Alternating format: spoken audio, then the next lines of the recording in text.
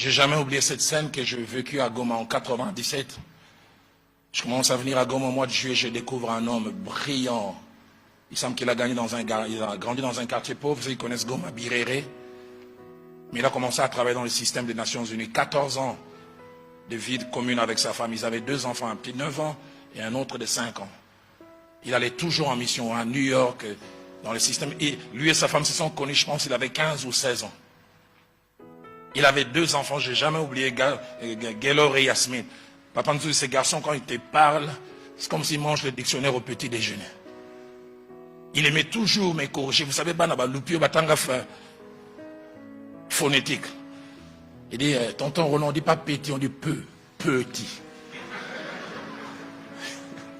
Et brillant. Une année après, je reviens à Goma. On me dit, maman, l'épouse de cet homme est malade. Je n'oublie jamais la scène. Je suis allé visiter cette femme à l'hôpital des ganglions. Elle était claire de teint, des boutons partout, des ganglions. Sida. Et ce jour-là, j'assiste à la scène. Il est en train de déchirer la chemise de son mari. Et dit, je te connais quand j'avais 14 ans, mais tu m'as connu pour la première fois dans le mariage à 20 ans. Et je n'ai jamais connu un autre homme. Je suis en train de mourir à cause de toi. L'homme me dira après, qu'est-ce qui s'est passé? C'est une secrétaire qui est devenue comme stagiaire, mais cette secrétaire avait le sida.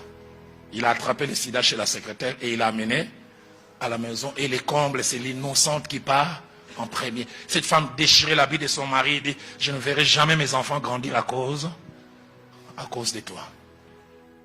5 mois après, la dame est décédée. L'année qui a suivi, l'homme est décédé. J'oublie jamais. Au mois de novembre 2006, j'arrive à Goma. Pour ceux qui connaissent la ville de Goma, j'arrive au rond-point BDGL. Il y avait, ici à Kinshasa, on les appelle les Chege, mais à Goma, on les appelle les Maïbobo. J'ai trouvé des Maïbobo 12, 13, 15 ans. Mais il y avait un Maïbobo francophone. Sale, mais quand on appelle tonton Roland, la français, on dit une école belge. Ici.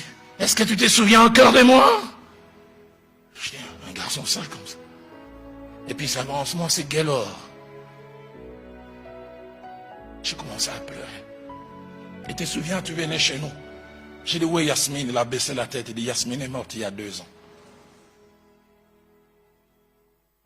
Pasteur Daniel, ce jour-là, je suis rentré dans ma chambre d'hôtel. J'ai dit, Seigneur, pour l'avenir de mes enfants, je ne céderai jamais. Ces enfants qui devaient avoir un bel avenir. L'une a fini morte, l'autre à la rue, parce que papa a vu une créature.